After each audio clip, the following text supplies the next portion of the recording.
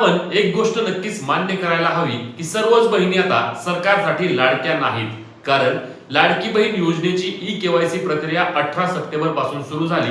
18 November पर्यंत याची e-KYC करून घ्या असे महिला व बाल विकास विभाग असेल किंवा मंत्री सांगत आहेत. परंतु यामध्ये पहिल्या दिवसापासून जो प्रश्न होता तो आजही अनुत्तरित आहे. ते म्हणजे ज्यांना पती वडील नाहीयेत त्या लाडक्या बहिणींनी ई-केवायसी करायची कशी. सरकारकडून देखील या प्रश्नावर 100% दुर्लक्ष करण्यात आलेले आहे आणि त्याच्यामुळेच ज्यांना पती नाहीयेत ज्यांना वडील नाहीयेत त्या लाडक्या बहिणी आता 99% योजनेमधून अपात्रच होतील. कारण कोणत्याही प्रकारची शक्यता नाही की याबाबत सरकारकडून कोणताही निर्णय घेतला जाईल. सरकार फक्त एकच बाब बोलत आहे ते म्हणजे की आम्ही लाडक्या बहिणींना नाराज करत नाही. परंतु ग्राउंड रियालिटी हीच आहे की सरकारने अनेक लाडक्या बहिणींना नाराज केलं आहे. खरं तर अशा महिलांना ज्यांना पती नाहीत वडील नाहीत यांना या रकमेची अत्यंत मोठ्या प्रमाणावर गरज असते.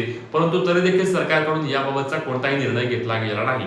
त्यामुळेच अशा लाडक्या बहिणी नक्कीच सरकारवर नाराज आहेत. तुम्हाला काय वाटतं कमेंट करून सांगायला विसरू नका. ही महत्त्वाची व्हिडिओ शेअर करायला फॉलो करायला सबस्क्राईब करायला विसरू नका.